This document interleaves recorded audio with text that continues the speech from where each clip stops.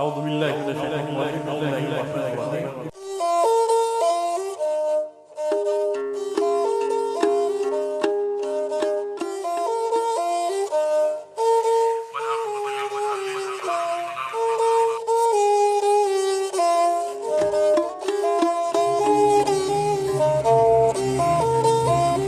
على رسول الله السلام عليكم ورحمة الله وبركاته.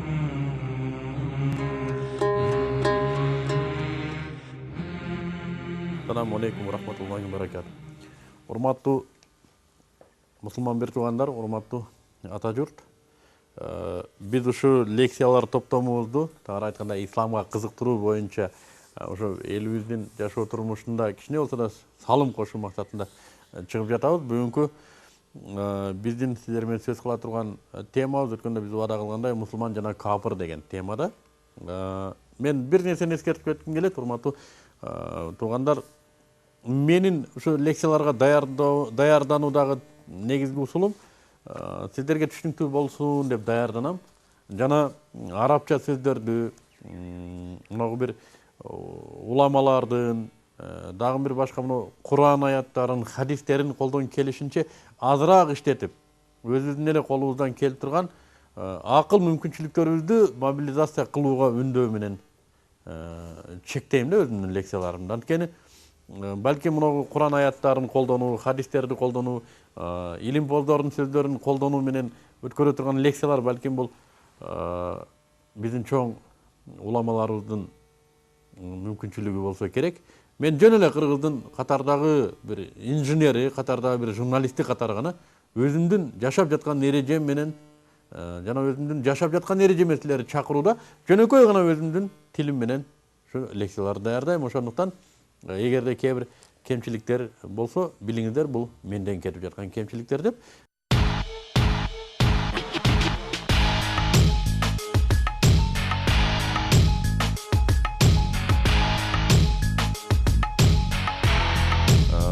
Эми киреше турган болсок, бүгүн убада кылгандай жана башында айттык, мусулман жана капыр деген түшүнүккө токтойбуз деп убада кылдык эле. Ошого мен даярдандым эле. Көңүл бурсаңыздар. Биринчи мусулман деген сөздүн өзү. Мен түшүнүшүмчө, дегеле мен окуган маалыматтарга караганда мусулман деген сөз бул ислам деген сөздөн алынган, тамыры ислам деген сөздө турат. Муслиман ошо тынчтанган адам. Тагыраак айтканда моюн сунган адам. Эмнеге? Исламга, тынчтыкка моюн сунган адам. Муслиман деп атат, мусулман. Эрежеге моюн сунган. Аллах субхану ва тааланын жашоо эрежесине моюн сунган адам. Ушуну менен жашайм деген адамды мусулман деп билебиз. Эми бул мусулман биринчи кезекте эмнеден десе, бул имандан башталат экен. Иман, биз айтабыз, иман бул Аллах субхану ва тааланы бар деп билүү, анын пайгамбарларына, периштелерине, кыяматка, тагдырга жана ушундай категорияларга ишенүү менен имандуу деп билебиз. Жана ошол иманга келген адам жашоо эрежесин тандап алат. Ислам динин тандап алган болсо, ал демек мусулман болуп эсептелет.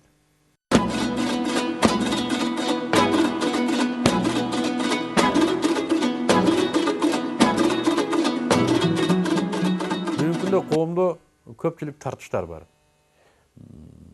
Намаз окугандар эле мусулман болуп калганы мусулман эмеспи? Муногу деле өзүн мусулманмын деп атат го, бул эмне капырбы? Деген суроолор бар.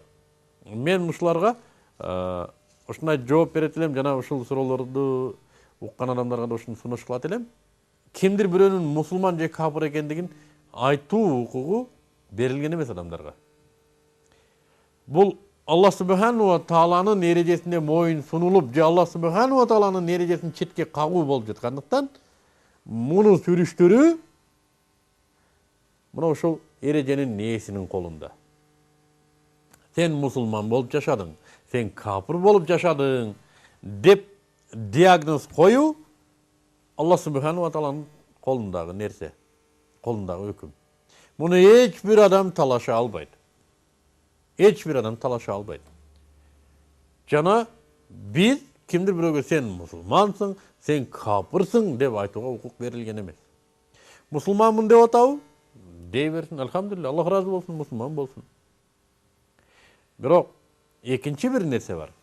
Ушуну караңгылыктан уламышы суроолорду берет да, эмне муну мусулман эмеспи? Андай суроону берүүнүн өзү туура эмес. Экинчи бир нерсе бар. Мусулман ким? Аллах субхану ва таала кимди мусулман деп таналып атат. Жана кимди капыр деп айтып атат. Ошону билип коюу бул экинчи маселе.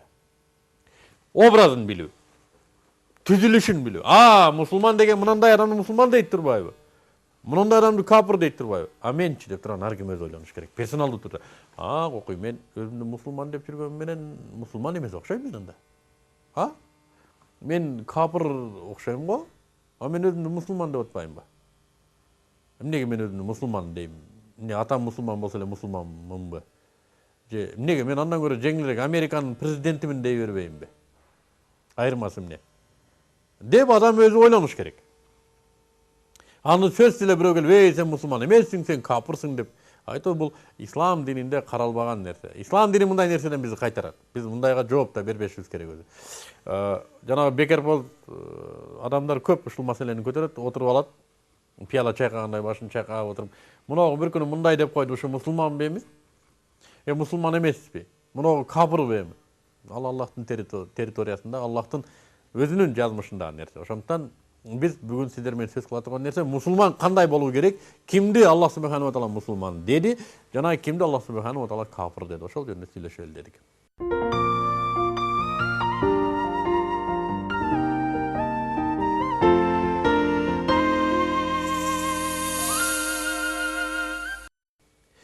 Мусулман деген сөздүн өзү айтып аткандай, бул мына ушул ислам динине моюн сунуп, моюн гана сунбастан ушул ислам дини менен жашаган адамды бул исламчы дегендей да. Исламист дейишип атпайбы? Мына ушу исламчы бул мусулман деген сөз. Эми мусулман чүт-чүт мусулман боло алабы десе жок. Чүт-чүт капырлыгы барбы десе жок. Мусулман бир аз караңгы болушу мүмкүн. Билими жетишпеши мүмкүн. Күнөөлөр кылышы мүмкүн. Бирок ал исламчы бойдон калат. Мусулман бойдон. Ошонун белгиси эмнеде? Мына ушу азыр кайрылууга туура келип атат. Ушу китепте Бакара сүрөсүндө башында эле айтылып турат. Бисмиллахир-рахманир-рахим. Алиф лам мим. Заликал китабу ла ройба фи худан лил муттакин. Аллазина ю'минуна бил гайб ва юқимуна ас-салата ва мимма разакнахум юнфиqun. والذين يؤمنون بما أنزل إليك وما أنزل من قبلك وبالآخرة هم يوقنون. Мына ушул жерде мусулмандын ыймандуунун портретин Аллах субхану ва таала китеп жөнүндө түшүндүргөндөн кийин эле айтты. Биринчи мына китеп жөнүндө түшүндүрдүм. Бул китеп Кудайдан корккондор үчүн туура жол. Худаллил муттакин. Кудайдан коркпосоңуз, бул китеп сизге мусулманчылыгыңызга жардам бере албайт. Эми ушул китепте айтып атат. Ким алар? Кудайдан корккондор. Момундар, мусулмандар. Кимдер алар? Алар көзү көрбөгөн нерсеге ишенгендер, гайыпка. Биз ырыскы кылып берген нерседен бөлүшкөндөр, намаз окугандар, акыретке ишенгендер деп ушу мусулмандын түзүлүшүн айтып атат. Эгерде сиз мына ушул айтылган нерселерде жок болсо, сиздин образыңыз, демек, сиз өзүңүздүн мусулманчылыгыңыз жөнүндө ойлонушуңуз керек экен. Намаз окугандар деп атат. Мен намаз окубайм, өзүмдү мусулманмын деп жүрөм. Мен далилдейм. Менин 5-чи атам молда болгон, чоң молда болгон. Мен эмне мусулман эмесминби? Деп ар кимден сурабаң. Мына ушу китепти алып туруп, ушул китептен сураң. Намазын окубагандар деп атат го. Мен окубайм го. Деп өзүңүз менен сүйлөшүң.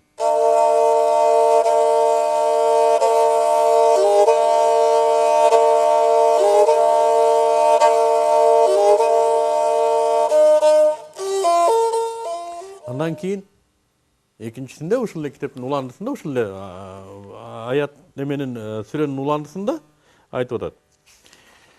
Капырлар жөнүндө айтып атат.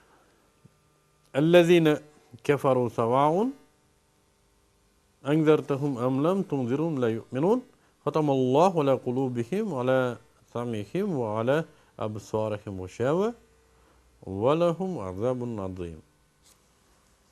Сен аларга айткын айтпагын, алар баары бир ыйман келтирбейт дейт.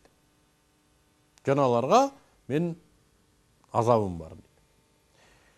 Айткан айтпагын алар ыйман келтирбейт деген нерсеге токтотойлу. Бул эми капырлар жөнүндө сөз болуп атат. Ошол эле Бакара сүрөсүндө бир жерде айтылат. Алла субханаху ва таала адамды жараткандан кийин барлык периштелерге, бүт маклуктарга адамга сажда кылгыла деп буйрат. Мына ошондо Иблис алейхиланы шайтан сажда кылбай койот. Жок, адам улайдан жаралган болсо, мен нурдан менен оттон жаралганмын, анан мен ушул лайдан болгон нерсеге моюн сунамбы деп текеберлик кылып моюн сунбай коет. Эми караңыздар, мен суроо берем. Ушул шайтан ыймансызбы, ыймандуубу? Ыймандын категориясында эмне турат десе, Кудайды бар деп билүү, Кудайды жалгыз деп билүү, аны жаратуучу деп билүү, Иблис Кудайды бар демек түгүл, Кудайдын алдында турат, Аллахтын алдында турат. Жалгыз Аллахтын өзүнүн алдында турат.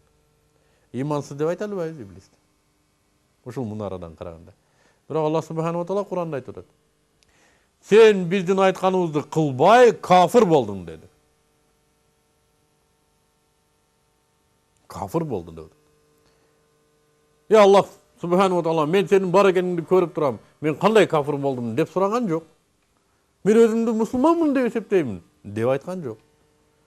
Көрдүңүздөрбү? Иблистин да интеллектуалдык деңгээлин кафир болгондугун мойнуна алды.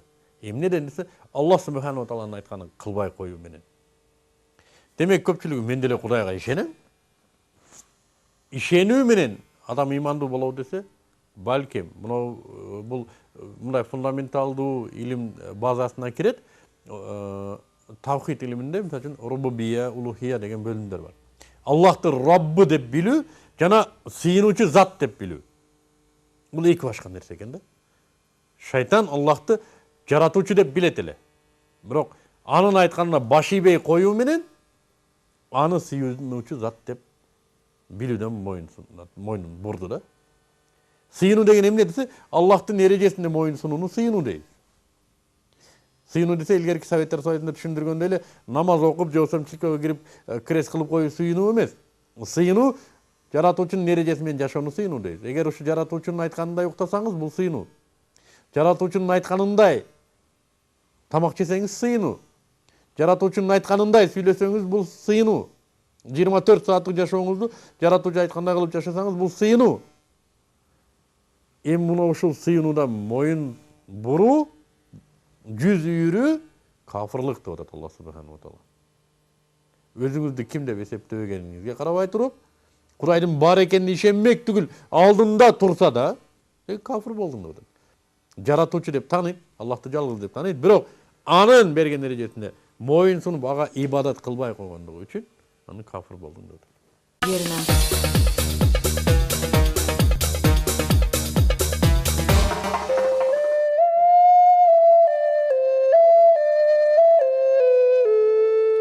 Бүгүнкү күндө караңыздар, мен мусулманмын дегендер менен мусулманчылыкты такыр тана албаган адамдардын айырмасы барбы десе, менимче жок. Бир гана айырмасы, мен мусулманмын деген гана сөзүндө турат.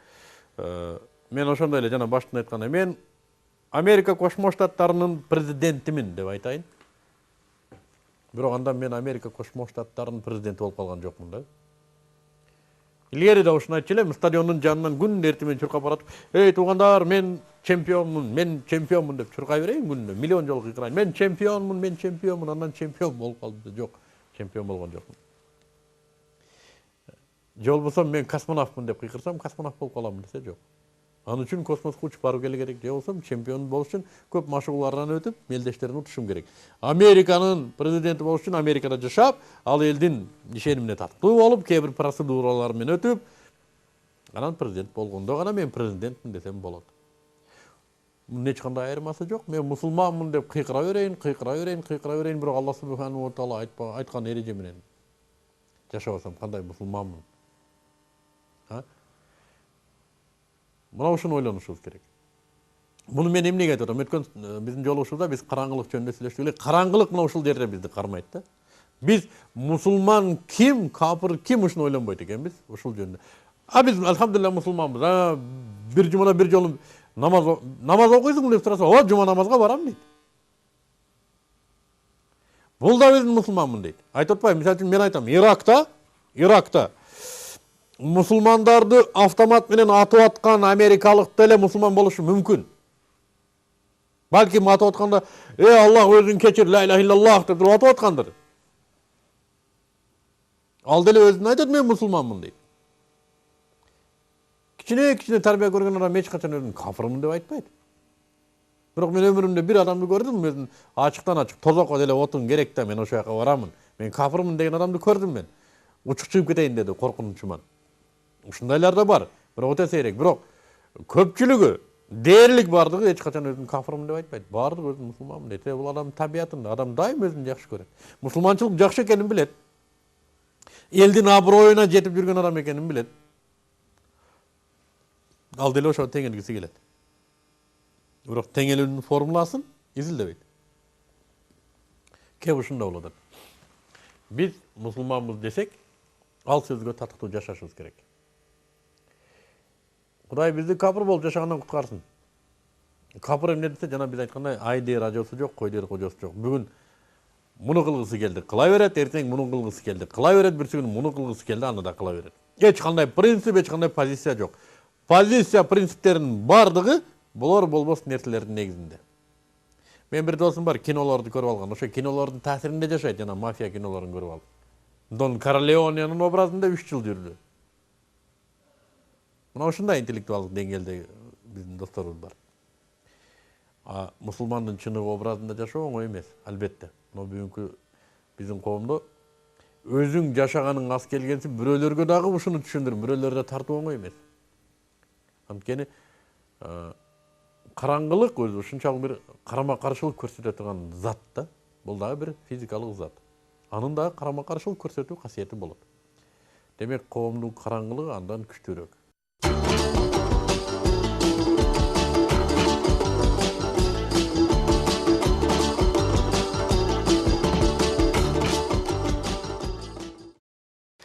Бүгүнкү мен силерге кайрыла турган ушу лекциям эң биздин чоң душманыбыз биздин караңгылыгыбыз, туугандар.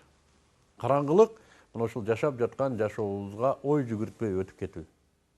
Жөн эле ата энем үйлөндү, анан мен төрөлдүм. Анан эми Кудай берген күнү өлөм. Болду. Кантип жашоо керек? Эмне менен жашашым керек? Эмнени жешим керек? Эмнени ичишим керек? Мунуга мага болбойт. Мунуга мен адаммын да, мен айбан эмесмин да. Анда эмне кылышым керек? Кандай кылышым керек деген суроолор берилбейт. Караңгылык менен өтүп кетебиз. Академик болбойлу, профессор болбойлу, жашоо эрежесин билбесек караңгы бойдон калабыз. Сабатыбыз жоюлган караңгы адам бойдон калабыз. Демек, урматтуу кыргыз элим, маселе эмнеде? Маселе мына ушул трагедияны түшүнүүдө. Бүгүн Аллах субханаху ва таала келерки биздин жолугушубузга чейин эл журтубузду тынч кылсын, жана ар бирибизди ойлонуучулардан кылсын, ар бирибиздин ойлонгондо жоопторубузду тапкандардан кылсын. Assalamu alaikum wa rahmatullahi wa barakatuh.